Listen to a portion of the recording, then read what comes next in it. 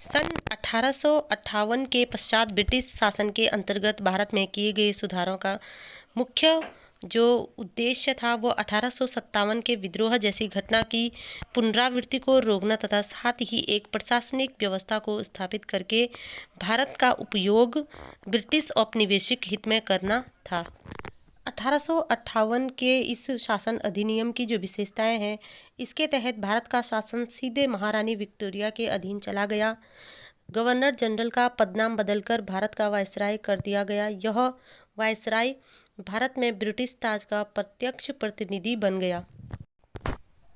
Lord Canning Bharat के प्रथम viceroy बने। इस अधिनियम ने नियंत्रण बोर्ड और निदेशक कोर्ट को समाप्त कर भारत में द्वैत शासन प्रणाली का अंत कर दिया।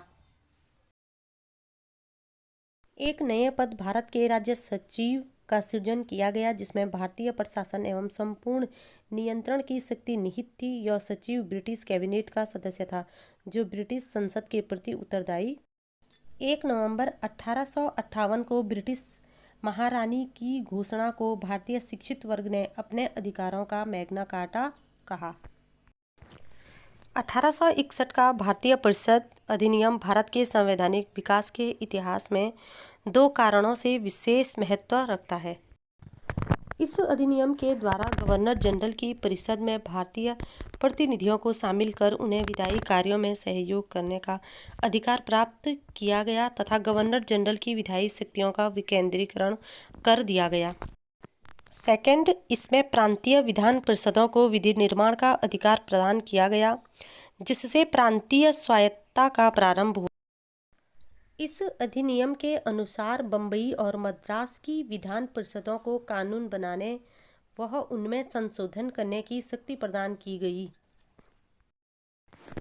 गवर्नर जनरल को अध्यादेश जारी करने की शक्ति प्रदान कर दी गई थी, जो आपातकाल में 6 महीने तक प्रभावी रह सकता था।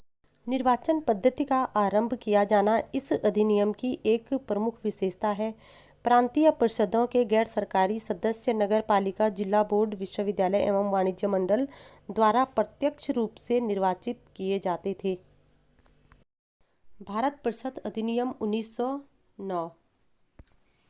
भारत परिषद अधिनियम 1909, इस अधिनियम को मार्ले मिंटो सुधार के नाम से भी जाना जाता है।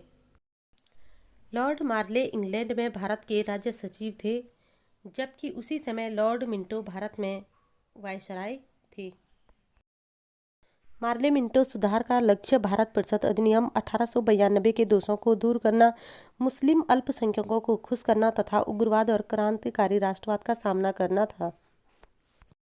सत्येंद्र प्रसाद सिन्हा वायसराय की कार्यपालिका परिषद के प्रथम भारतीय सदस्य बने। उन्हें विधि सदस्य बनाया गया था। इस अधिनियम के द्वारा भारत में प्रादेशिक चुनाव हेतु व्यावसायिक और सांप्रदायिक प्रतिनिधित्व प्रणाली को अपनाया गया। लॉर्ड मिंटो को सांप्रदायिक निर्वाचन का जनक कहा जाता है। भारत शासन अधिनियम 1919 के अधिनियम को मॉन्टेग्यू चेम्सफोर्ड सुधार भी कहते हैं। इस अधिनियम के जन्मदाता भारत सचिव मॉन्टेग्यू और भारत के गवर्नर जनरल चेम्सफोर्ड थे। भारत शासन अधिनियम 1919 तत्कालीन संवैधानिक सुधारों की मांग, होम रूल आंदोलन, प्रथम विश्व युद्ध आदि अनेक कारणों से यह अधिनियम पारित किया गया। इस अधिनियम के आधार पर प्रांतों में आंशिक रूप से उत्तरदायी सरकार की स्थापना की गई। इस अधिनियम के द्वारा केंद्र में द्विसदनात्मक विधायिका स्थापित की गई। अर्थात के लिए केंद्रीय और प्रांतीय विषयों को पृथक किया गया था। प्रांतीय विषयों के 2 भाग, आरक्षित विषय, राजस्व, न्याय, पुलिस, वित्त आदि, हस्तांतरित विषय, स्थानीय स्वशासन, शिक्षा, कृषि, स्वास्थ्य आदि। इस अधिनियम ने एक लोक सेवा आयोग के गठन का प्रावधान किया।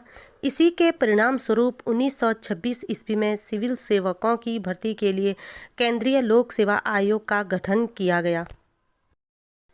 साइमन आयोग नवंबर 1927 में ब्रिटिश सरकार द्वारा सर जॉन साइमन के नेतृत्व में 7 सदस्यीय वैधानिक आयोग का गठन किया गया, जिसका कार्य भारत शासन अधिनियम 1919 के क्रियान्वयन की जांच करना था। इस आयोग में सभी सदस्य अंग्रेज थे। अंततः अधिकांश भारतीय द्वारा इसका विरोध किया गया। आयोग द्वारा वर्ष 1930 में अपनी रिपोर्ट को सरकार को सौंपी गई, जिसकी प्रमुख सिफारिशें निम्नलिखित थी। प्रांतों में द्वैत शासन को समाप्त कर उन्हें स्वायत्तता प्रदान करना, राज्यों में सरकारों का विस्तार किया जाना, सशक्त संघ की स्थापना करना, सांप्रदायिक निर्वाचन व्यवस्था को जारी रखा जाए। इस वीडियो में हमने भारत का संवैधानिक विकास के भारत शासन अधिनियम 1858 से लेकर के भारत शासन अधिनियम 1919 तक डिस्कस किया है।